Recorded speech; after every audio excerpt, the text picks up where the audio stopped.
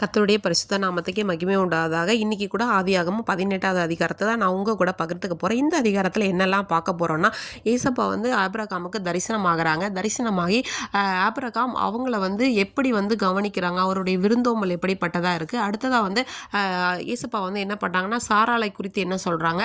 அடுத்ததாக சோதம் கொமோராவை பற்றி ஆபிரகாமுக்கும் தேவனுக்கும் நடந்த ஒரு உரையாடல், அது என்ன அப்படிங்கிறத பற்றி தான் நம்ம பார்க்க போகிறோம். ஒரு நாள் ரொம்ப பகல் வேலை, உஷ்ணமான வேலை. அப்போ என்ன பண்ணுறாங்க, ஆபிரகாம் அவங்களோட கூடார வாசலில் வெளியே வந்து உட்கார்ந்துட்டு இருக்காங்க. உட்கார்ந்துருக்கும் போது அப்படியே அவங்கள திடீர்னு பார்க்கும்போது ஏத்தாப்புல ஒரு 3 பேர் என்ன பண்ணுறாங்கன்னா, நடந்து இவனை நோக்கி வராங்க. வந்தவொடனே இவர் என்ன பண்ணுறாரு, வேகமாக போய் குனிஞ்சி வாங்க உங்களுடைய கண்களில் கிருபை கிடச்சிது அப்படின்னா நீங்கள் என்னை விட்டு போகக்கூடாது, கண்டிப்பாக இருந்து சாப்பிட்டுட்டு தான் போகணும் அப்படின்னு சொல்லிட்டு, நான் கொஞ்சம் தண்ணி கொண்டு வரேன், நீங்கள் உங்கள் காலெல்லாம் கழுவி இந்த மரத்தடியில் சாஞ்சு உட்காந்துருங்க.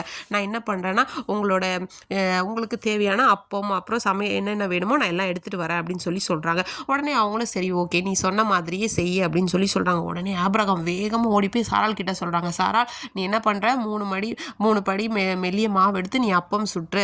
அடுத்து வேலைக்காரனை சொல்கிறாங்க, சீக்கிரமாக ஒரு நல்ல இளங்கன்றை பிடித்து நல்லா சூப்பராக சமைச்சு எடுத்துகிட்டு சொல்கிறாங்க. அடுத்து இவங்களும் சீக்கிரமாக எல்லா வேலையும் செஞ்சு கொடுத்துட்ட உடனே இவங்க என்ன பண்ணுறாங்க, வெண்ணெய் பால் அதெல்லாம் எடுத்துகிட்டு போயிட்டு அவங்க மரத்தடியில் உட்காந்துருக்காங்களா அவங்க முன்னாடி எல்லாத்தையும் அழகாக வச்சுட்டு நீங்கள் சாப்பிடுங்கன்னு சொல்லி இவங்க நின்றுட்டு கவனிச்சிக்கிறாங்க. ஆபிரகாம் அவங்க சாப்பிட்டுட்டு முடிச்சதுக்கு அப்புறமாவும் ஒரு வேளை சாப்பிட்டுட்டு இருக்கும்போது கூட கேட்டிருக்கலாமான்னு எனக்கு தெரியல. அப்போ கேட்குறாங்க, உன் மனைவியாகிய சாராள் எங்க அப்படின்னு சொன்னபோது ஆபிரகாம் சொன்னாங்க, அவளா கூடாரத்தில் இருக்கிறா அப்படின்னு சொல்கிறாங்க. அப்போ வந்து இவங்க சொல்கிறாங்க, ஒரு கால திட்டத்தில் நான் உங்ககிட்ட திரும்ப வருவேன், அப்போ வந்து சாராளுக்கு ஒரு குமாரன் இருப்பாங்க அப்படின்னு சொல்லி. ஆனால் சாராள் வந்து பின்னாடி நின்று என்ன பண்ணுறா, இதெல்லாம் கேட்டுட்டு இருக்கா இவங்க என்ன பேசுகிறாங்கன்னு. அப்போ சாராளுக்கு உள்ளத்தில் ஒரே சிரிப்பு, அவளால் தாங்கவே முடியல.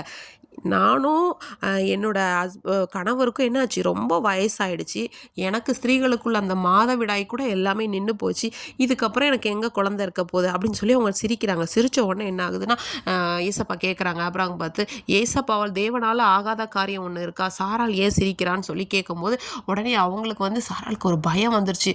ஐயோ நம்ம உள்ள சிரிச்சது இல்லை நான் சிரிக்கலை அப்படி சொல்கிறாங்க. இல்லை நீ சிரிச்ச, ஆனால் தேவனால் கூடாத காரியம் ஒன்றும் இல்லை, நீ தெரிஞ்சுக்கோ, உனக்கு கண்டிப்பாக ஒரு குமாரன் இருப்பான்னு சொல்லிடுறாங்க. அடுத்து என்ன பண்ணுறாங்கன்னா, அவங்க வந்து சோதோமை நோக்கி போகலாம் அப்படின்னு சொல்லி போகும்போது ஆபிரகாம் போய் வழி அனுப்பி விடுறாங்க.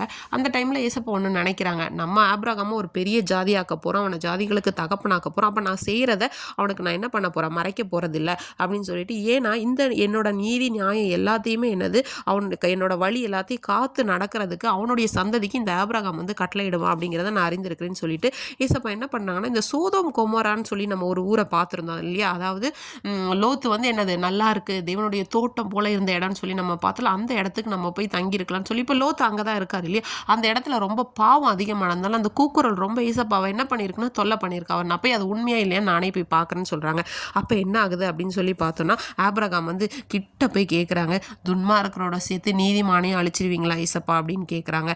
உடனே ஒரு வேளை இந்த பட்டணத்தில் 50 பேர் இருக்காங்கன்னா அவங்க நிமித்தம் அழிப்பீங்களா அப்படின்னு கேட்குறாங்க. நேசப்பா சொல்கிறாங்க, 50 பேர் நிமித்தம் நான் வந்து என்ன பண்ண மாட்டேன், அழிக்க மாட்டேன், அதுபடி நான் ரட்சித்திருவேன் அப்படின்னு சொல்லிட்டு உடனே மறுபடியும் என்ன பண்ணுறாங்க, துன்மார்க்கனோடே வந்து ஒரு நீதிமான ஒரு நல்லவங்களையும் சேர்த்து அழிக்கிறது உங்களுக்கு வந்து பிடிக்காது, அந்த காரியம் உங்களுக்கு தூரமாக இருக்கும், சர்வலோக நியாயாதிபதி நீதி செய்யாதிருப்பாரோ அப்படின்னு சொல்லிட்டு அடுத்து கேட்குறான், 50 நீதிமான்கள் கண்டா நீங்கள் ரட்சிப்பேன்னு சொன்னீங்க, அடுத்து இப்போ வந்து அதில் ஒரு 5 பேர் கம்மியாக இருந்தால் ஒரு 45 பேர் இருந்தால் என்ன பண்ணுவீங்கன்னு கேட்குறாங்க. அப்போ வந்து சொல்கிறாங்க, 45 பேர் இருந்தாலும் நான் அழிக்க மாட்டேன், இப்படியே சொல்லி கடைசியாக 10 நீதிமான்கள் இருந்தான்னு கேட்குறாங்க. 10 நீதிமான்கள் இருந்தாலும் நான் அழிக்க மாட்டேன்னு சொல்கிறாங்க.